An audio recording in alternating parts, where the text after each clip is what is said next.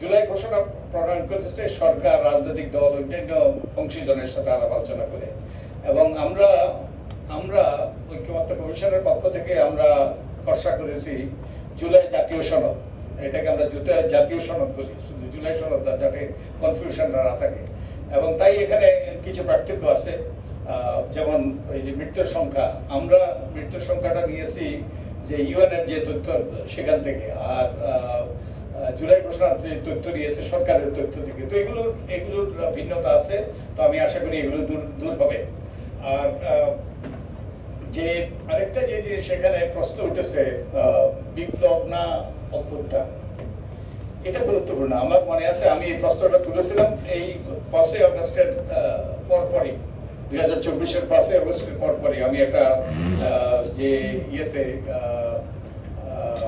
একটা অনুষ্ঠানে ছিলাম, কি বলে ওটাকে,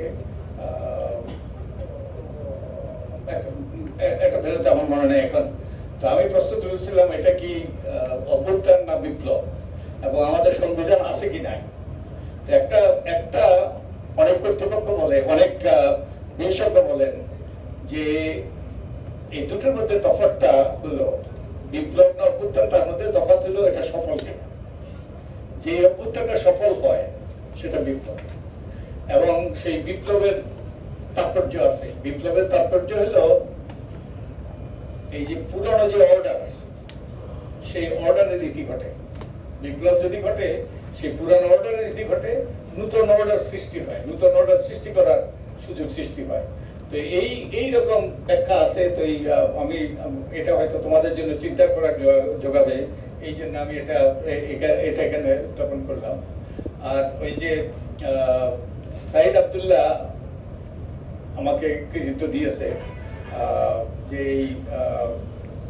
পঞ্চদশ সংশোধনীর বিরুদ্ধে মামলাটা করার, এবং তার আগে আমি অনেকগুলো লেখা লিখেছিলাম। আমার মনে আছে 2013 সালে আমি প্রথম লেখা লিখেছিলাম, মানে প্রথম আরো অনেকগুলো লেখা ছিল। একটা লেখাতে আমি সুস্পষ্ট বলেছিলাম যে ওই লেখাটার আমার ছিল, হেডিং ছিল কোন সংবিধান কার সংবিধান। সেখানে আমি প্রথম 2013 সালে প্রশ্ন তুলেছিলাম যে পঞ্চদশ সংসদে যে সংসদের মাধ্যমে তত্ত্বাবধায়ক সরকার ব্যবস্থা বাতিল করা হয়েছে, এটা লেজিটিমেসি প্রস্তাবিত, এবং একই সাথে এটা অসাংবিধানিক। আমি প্রথম এই প্রশ্ন তুলেছিলাম, এবং এর ফলে কিন্তু বয়ান সৃষ্টি হয়েছে যে শেখ হাসিনার সরকার অবৈধ, এবং এই বয়ানটা বোধহয় গুরুত্বপূর্ণ ভূমিকা পালন করেছে। এরপরে আমি 2023 সালে একটা বই লিখেছি, সেই যে বইটার কথা বলেছে যে তত্ত্বাবধায়ক সরকার বাতিলের রাজনীতি। যদিও এটা এই যে ইয়েটা ছিল, শিরোনামটা ছিল তত্ত্বাবধায়ক সরকার বাতিলের অপরাজনীতি, কিন্তু সেই সময়কার প্রেক্ষাপটে সে অপর কথাটা বাদ দিয়েও কিন্তু মূল বক্তব্যটা তুলে ধরা হয়েছে যে এরকম জালিয়াতির মাধ্যমে, মিথ্যাচারের মাধ্যমে পঞ্চদশ সংশোধনী পাশ করে এবং তত্ত্বাবধায়ক সরকার ব্যবস্থা বাতিল করে একতরফা নির্বাচন করা হয়েছে। তো তোমাকে ধন্যবাদ, এবং তুমিও আমাদের সাথে যোগ দিয়েছো ইন্টারভেনার হিসাবে। তবে একটা জিনিস এখন আমি যখন রিফ্লেক্ট করি, যখন চিন্তা করি, সেই কাজটা যদি আমরা না করতাম, আমরা যদি আদালতে না যেতাম, তত্ত্বাবধায়ক সরকার ব্যবস্থা বাতিলের যে পঞ্চদশ সংশোধনী, এটা যদি আদালত কর্তৃক অন্তত আংশিকভাবে যদি বাতিল না হইতো, তাহলে হয়তো আমরা যে ঐক্যমত্য কমিশনের উদ্যোগে যেসব আলোচনা করেছি, সেখানে হয়তো এই বিতর্কটা উঠতো যে তত্ত্বাবধায়ক সরকার আবার ফিরিয়ে রাখা দরকার কিনা।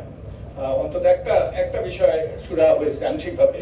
তো আমরা এটা আপিল করবো, আপিলের মাধ্যমে আশা করি পুরো তত্ত্বাবধায়ক সরকার, পুরো পঞ্চদশ সংশোধনী বাতিল হবে।